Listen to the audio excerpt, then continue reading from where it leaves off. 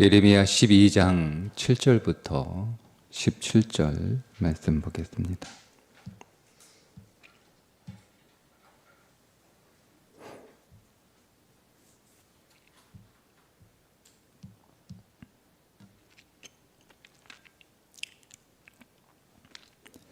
내가 내 집을 버리며 내 소유를 내던져 내 마음으로 사랑하는 것을 그 원수의 손에 넘겼나니 내 소유가 숲속의 사자같이 되어서 나를 향하여 그 소리를 내므로 내가 그를 미워하였음이로라.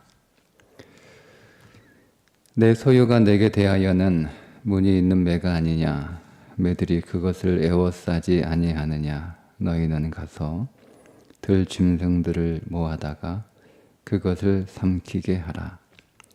많은 목자가 내 포도원을 헐며 내 몫을 짓밟아서 내가 기뻐하는 땅을 황무지로 만들었도다. 그들이 이를 황폐하게 하였으므로 그 황무지가 나를 향하여 슬퍼하는도다. 온 땅의 황폐함은 이를 마음에 두는 자가 없음이로다. 파괴하는 자들이 광야의 모든 벗은 산 위에 이르렀고 여호와의 칼이 땅 이 끝에서 저 끝까지 삼키니 모든 육체가 평안하지 못하도다. 무리가 밀을 심어도 가시를 거두며 수고하여도 소득이 없은즉 그 소산으로 말미암아 스스로 수치를 당하리니 이는 여호와의 분노로 말미암음이니라. 내가 내 백성 이스라엘에게 기업으로 준 소유에 손을 대는 나의 모든 악한 이웃에 대하여 여호와께서 이와 같이 말씀하시니라. 보라, 내가 그들을 그 땅에서 뽑아 버리겠고 유다 집을 그들 가운데서 뽑아 내리라. 내가 그들을 뽑아낸 후에 내가 돌이켜 그들을 불쌍히 여겨서 각 사람을 그들의 기업으로 각 사람을 그 땅으로 다시 인도하리니 그들이 내 백성의 도를 부지런히 배우며 살아있는 여호와라는 내 이름으로 맹세하기를 자기들이 내 백성을 가르쳐 바알로 맹세하게 한 것 같이 하면 그들이 내 백성 가운데 세움을 입으려니와 그들이 순종하지 아니하면 내가 반드시 그 나라를 뽑으리라. 뽑아 멸하리라. 여호와의 말씀이니라. 아멘. 이제 하나님께서 하나님의 백성을 심판하시는데 그 심판의 도구로 바벨론을 사용하십니다. 하지만 그 바벨론은 하나님의 도구로 쓰임 받았음에도 불구하고 자신의 힘과 능력으로 승리하는 것인 줄 알고 교만했을 뿐만 아니라 하나님이 사용하고자 하시는 그 도구의 범위를 넘어서서 더 심하게 하나님의 백성을 다루었기 때문에 하나님의 도구로 사용되었던 바벨론도 하나님의 심판을 당하게 됩니다. 어떤 면에서 보면 하나님이 사용하고 버리는 것 아니냐. 하나님이 실컷 사용하고 도리어 그 책임을 바벨론에게 지우는 것이 아니냐 이렇게 생각할 수 있으나 하나님이 사용하더라도 그 하나님의 뜻에 맞게 겸비하게 쓰임 받아야 되는데 너무 오버하면 도리어 하나님의 심판을 받는다는 것을 우리가 볼 수 있어야 됩니다. 하나님 앞에 쓰임 받는 것이 하나님의 섭리 안에서 그렇게 사용되어야지 그 하나님의 섭리를 넘어서게 되면 그것은 교만한 것이고 하나님의 사용의 범위를 넘어서는 것이다 하는 것을 우리가 여기서 보게 됩니다. 하지만 하나님께서는 그 바벨론을 뭐라고 부르시냐면 이웃이라고 부릅니다. 14절에 내가 내 백성 이스라엘에게 기업으로 준 소유의 손을 대는 나의 모든 악한 이웃이라고 부르죠. 악하지만 이웃이라고 불러요. 이 말씀은 하나님은 바벨론을 사용하시면서 그 바벨론을 구원할 마음을 갖고 계셨다는 뜻입니다. 그런데 그들이 하나님의 뜻을 깨닫지 못하고 하나님의 도구로 사용되었으나 너무 심하게 하나님께서 정하신 범위를 넘어서서 하나님의 백성을 다룬 것이 문제가 되었던 겁니다. 하지만 그들이 그것을 깨닫고 하나님의 백성이 되고자 한다면 조건이 물론 있어요. 16절에 보면 그들이 내 백성의 도를 부지런히 배우며 살아있는 여호와라는 내 이름으로 맹세하기를. 맹세하면 하나님께서 그들을 하나님의 백성으로, 그들도 하나님의 백성으로 삼으시는 구원을 펼치시겠다는 그런 계획을 갖고 계신 거죠. 그러면 하나님의 백성으로 세워주시겠다. 그러나 그들이 그렇게 순종하지 않았기 때문에 그들은 그 기회를 잃어버리게 됩니다. 오늘 좀 주요하게 나눌 말씀은 하나님께서 하나님의 백성들을 바벨론으로 포로로 보내셔서 그 땅에서 살게 하신 뒤에 다시 그들을 약속의 땅 가나안으로 돌아오게 하시겠다라고 하는 말씀이 기록되어 있는 부분입니다. 14절을 다시 한번 읽어보겠습니다. 내가 내 백성 이스라엘에게 기업으로 준 소유의 손을 대는 나의 모든 악한 이웃에 대하여 여호와께서 이같이 말씀하시니라. 보라, 내가 그들을 그 땅에서 뽑아 버리겠고 유다 집을 그들 가운데서 뽑아 내리라. 그러니까 하나님께서 도구로 사용하신 바벨론이 하나님이 사용하고자 하는 사용 범위를 넘어서서 그들이 교만하여졌기 때문에 하나님께서 그들을 심판하시는데 그들을 그 땅에서 뽑아 버리겠다. 바벨론이 살고 있는 그 땅에서 뽑아내겠다. 나라를 멸망시키겠다. 이런 말씀이에요. 그리고 하나님의 백성들을 그 땅에서 뽑아 다시 약속의 땅으로 돌아오게 하겠다. 이렇게 말씀하시거든요. 그게 이제 15절인데 내가 그들을 뽑아낸 후에 내가 돌이켜 그들을 불쌍히 여겨서 각 사람을 그들의 기업으로 각 사람을 그 땅으로 다시 인도하리니. 하나님의 백성들을 다시 그 땅으로 인도하시겠다. 이렇게 말씀하고 있습니다. 우리가 여기서 좀 주목하여 볼 단어가 있는데 땅이라고 하는 단어입니다.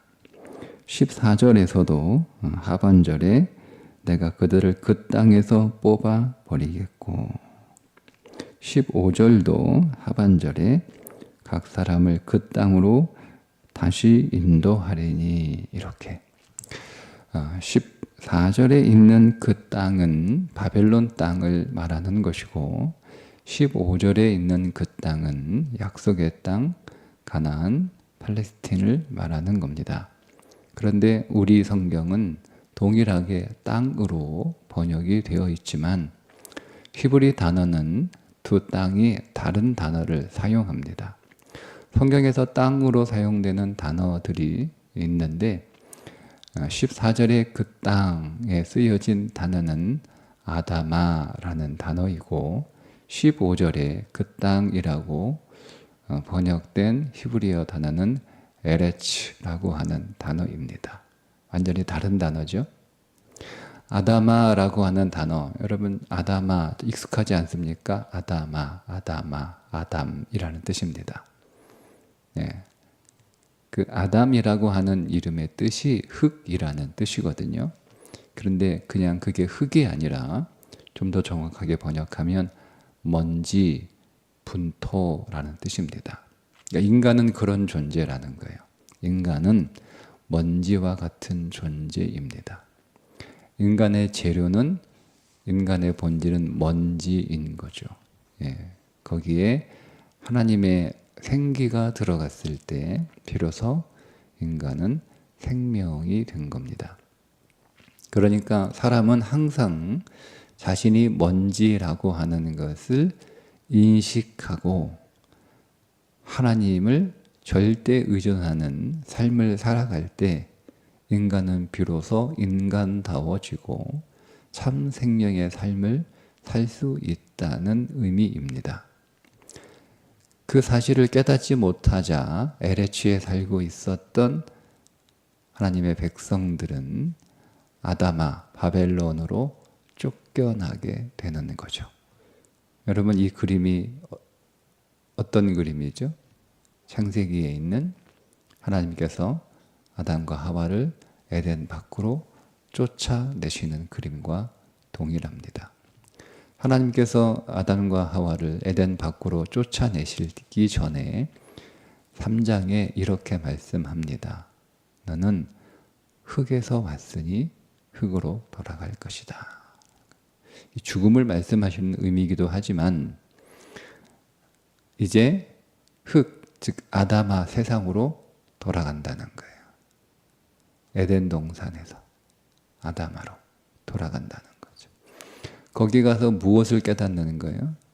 하나님을 떠난 삶이, 하나님이 없는 삶이 아담아 인생이라는 것을 깨닫는 겁니다. 바벨론은 당시 제국입니다. 바벨론은 가장 강한 나라였고 가장 잘 사는 나라였고, 그러니까 그 당시에 사람들의 눈에 바벨론이라고 하는 것은 가장 성공한 삶입니다. 그 바벨론에 살고 있으면 성공한 인생이요, 잘 사는 인생이요, 부유한 인생이요, 넉넉한 인생이요, 행복한 인생이라고 생각을 다 했습니다. 그런데 성경은 그 바벨론, 세상이 잘 사는 땅이라고 했던 그 바벨론을 뭐라고 불러요? 아다마라고 부른다는 거예요. 여러분, 이것이 오늘 우리의 신앙 안에서 올바르게 정립되어 있어야 됩니다. 세상에서의 삶은 아무리 성공한 삶이라 하더라도 그 세상은 아다마입니다. 먼지와 같은 삶이고 분토와 같은 삶이고 허무한 삶이고 무익한 삶이고,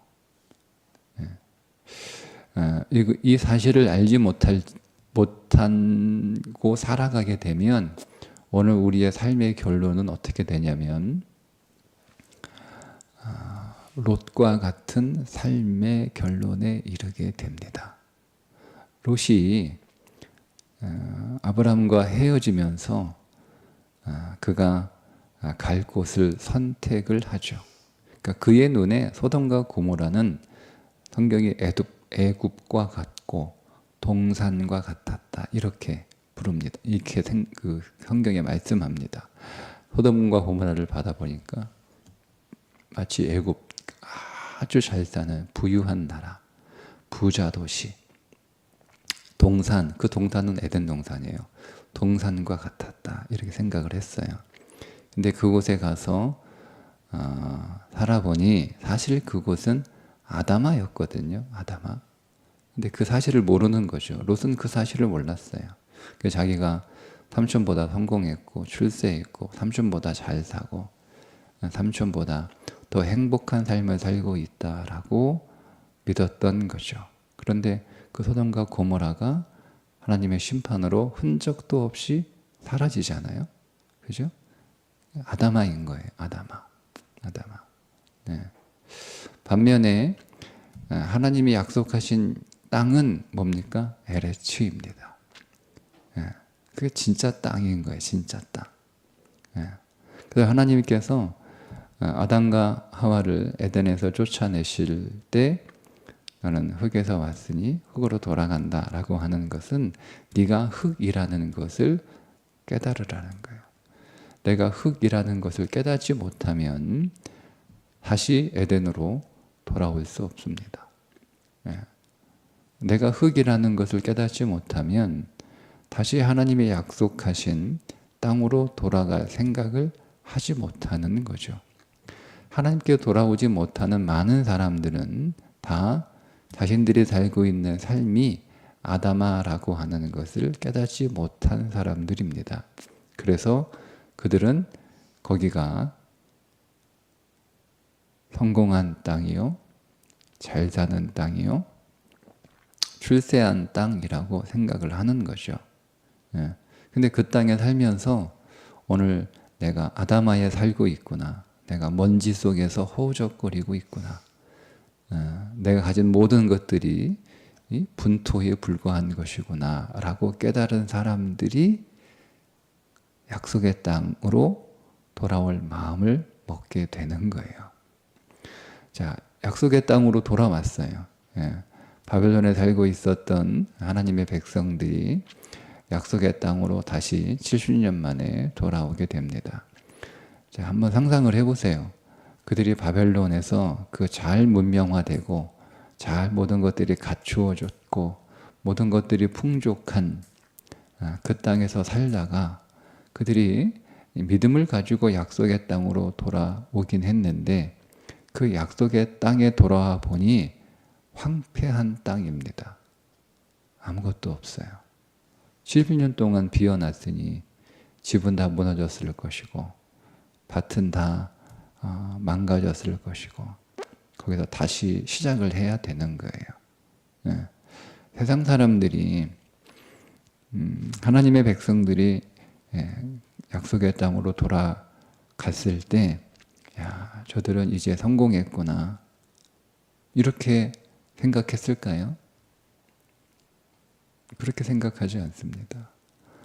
어리석은 사람들이라고 생각했을 거예요. 그 좋은 바벨론을 버리고 왜 그 황폐한 땅으로 돌아가냐. 바벨론에 있으면 바벨론에 70년을 살았으니 한번 생각해 보세요. 이미 삶의 기반이 다 마련되지 않았을까요? 비록 포로로 왔지만 바벨론 제국은 전쟁 포로라 하더라도 실력 있고 능력 있고 성실하면 그 바벨론 땅에서 얼마든지 잘 살 수 있는 그런 열린 국가였습니다. 그러니까 포로로 끌려온 다니엘이 그 나라에서 출세하는 기회를 얻게 되는 거잖아요. 그러니까 얼마든지 자기가 노력하고 성실하게 살면 바벨론 땅에서도 얼마든지 잘 살 수 있는 기회를 제공했던 곳입니다. 그러니 70년 정도 그 땅에서 살았으면 그 땅에서 이미 기반을 잘 잡았단 말입니다. 집도 마련하고 땅도 있고 좋은 직장도 가지고 있고 거기에서 좋은 학교에서 앞으로 더 잘 살 수 있는 그런 기회를 얻을 수 있는 그렇게 살고 있는 사람들이에요. 근데 그들이 그것들을 다 포기하고 하나님께서 주신 약속의 땅으로 돌아간 사람들이 있습니다. 그 사람들을 이렇게 평가할 때, 이 사람들은 성공했다, 출세했다, 잘 살고 있다. 여러분 이렇게 세상에 말하지 않습니다. 그런데 그 돌아간 사람들은 왜 돌아갔습니까? 바벨론이 아무리 화려하고 아무리 살기 좋은 땅이라 하더라도 그 땅은 아담아라고 깨달은 사람들이 돌아가는 거예요. 내가 가서 다시 시작하고 고생하고 힘들어도 그 돌아가서 약속의 땅에서 살아가는 삶이 고단하고 훨씬 못 먹고 훨씬 못 입고 훨씬 못 살아도 여기가 진짜 땅이라는 거예요. 그 믿음이 없으면 여전히 약속의 땅에서도 초라하게 살 뿐이죠. 그러니까 우리에게 그런 믿음이 있어야 되는 거예요. 여러분. 우리가 그리스도라고 하는 땅에 심겨진 인생이라고 하는 거예요. 그건 우리 안에 하나님께서 믿음을 주셔서 우리는 세상에 심겨질 수도 있잖아요. 우리는 세상에 심겨졌으면 어쩌면 지금보다 훨씬 더 잘 살 수 있었을지도 몰라요. 세상에 심겨졌으면. 바벨론에서 살면 훨씬 더 잘 살았을 거 아니에요. 잘 살고 있었고. 근데 그것들을 다 포기하고 그저 맨몸으로 다시 돌아온 거 아니에요. 그런 거 아니에요. 여러분, 그게 믿음이라는 겁니다. 믿음이라는 거예요. 그러니까 육신의 눈으로 보면 바벨론과 예루살렘은 비교할 수가 없어요. 비교가 안 돼요.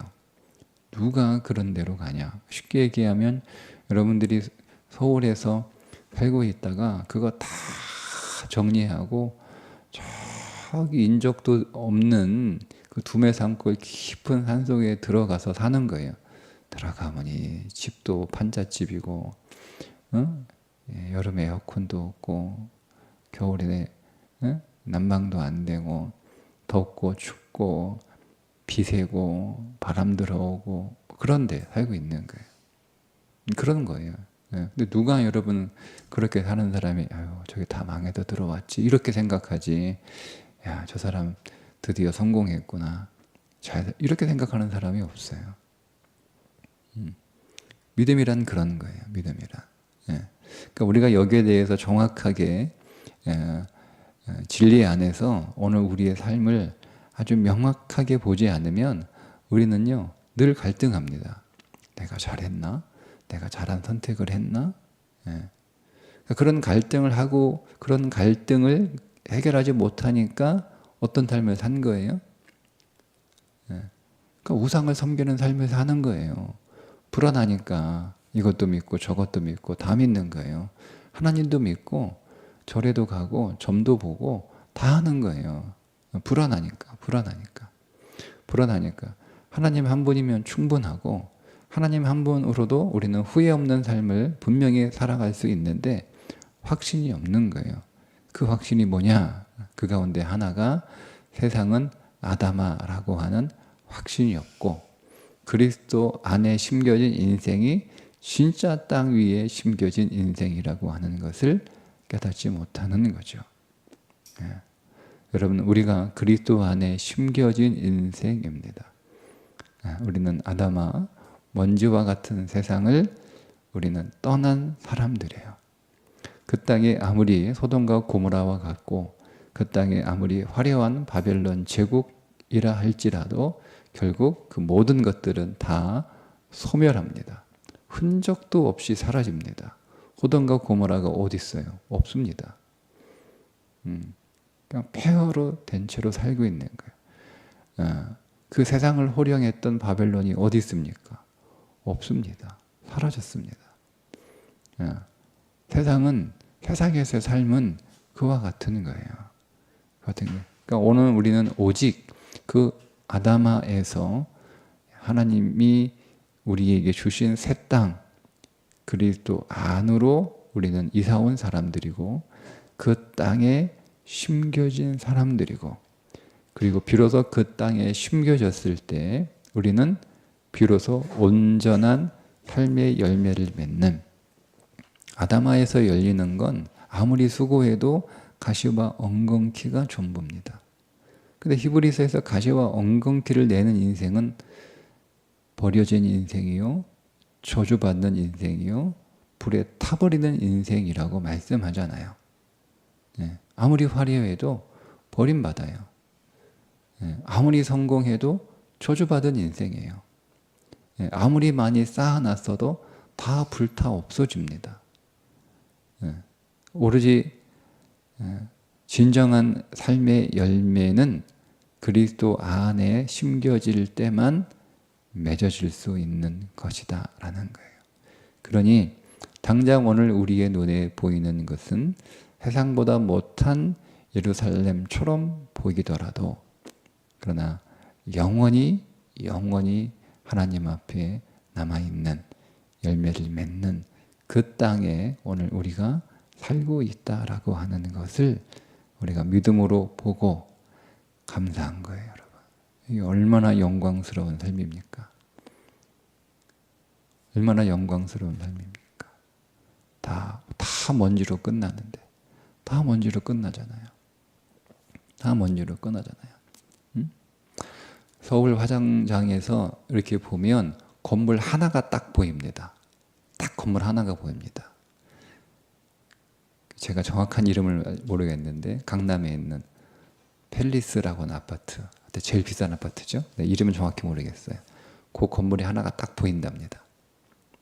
예, 화장장에 딱 보면 너희들 그렇게 세상에서 제일 높은 집에 살고 있지만 결국 당신들이 오는 마지막 어디라는 거예요? 화장장이라는 거예요. 예? 수십억짜리 가장 높은 아파트에 살고 있어도 당신들이 오는 것은 이곳이라는 거예요. 그 사실을 깨닫는 자들이 예수님을 믿습니다. 예. 그렇지 않으면 그들의 인생은 뭐로 끝나는 거예요? 화장장에서 한 줌의 죄로 끝나는 거예요. 아무것도 안 해요. 아무것도 안 해요. 뭔가 대단한 인생을 산 것 같지만 아무것도 안 해요. 아무것도 안 해요. 그러니 여러분, 오늘 우리가 하나님의 은혜로 하나님의 택함을 받아서 하나님의 자녀가 되어 영원한 삶을 살 수 있게 되었다는 것이 얼마나 영광스러운 일인지 알 수 없습니다. 오늘 저와 여러분이 영원한 생명이신 가장 좋은 땅이신 그리스도 안에 심겨진 인생인 줄 믿고 오늘 우리의 모든 삶은 그리스도 안에서 의미 있는 열매가 될 것을 확신하며 오늘을 기쁨으로 또 믿음으로 살아가시기를 주님의 이름으로 축복합니다. 기도하겠습니다. 하나님, 우리를 약속의 땅으로 불러주셔서 감사합니다. 영원한 변치 않는 약속의 땅에 우리의 인생을 세워주셔서 하나님 감사합니다. 이 영광스러운 삶 오직 주의 은혜요 복인 줄 믿고 우리가 이 땅에서 믿음으로 기쁨으로 감사함으로 오늘을 살아가는 자들이 되게 해 주옵소서. 예수님의 이름으로 기도합니다. 아멘.